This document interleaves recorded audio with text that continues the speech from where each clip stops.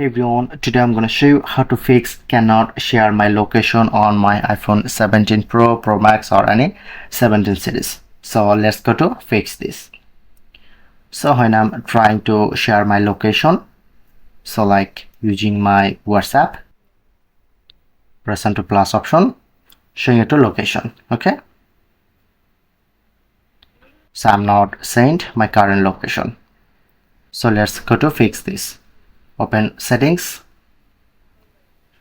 Scroll down and get privacy and security. Open this, showing it to location services. Make sure to enable your location services and share my location option. Press on. Make sure to open find my iPhone, enable and find my network send last location. Overall, turn on. Go back and share my location. My location, this device, and share my location. Turn on. You just turn on all settings. Okay, and just restart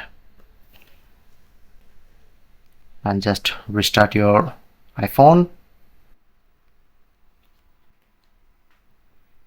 Okay, and let's try to share your location using WhatsApp, Messenger, or your message apps.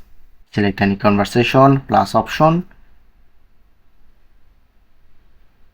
So you just select a conversation plus option, showing it to location option. Press on.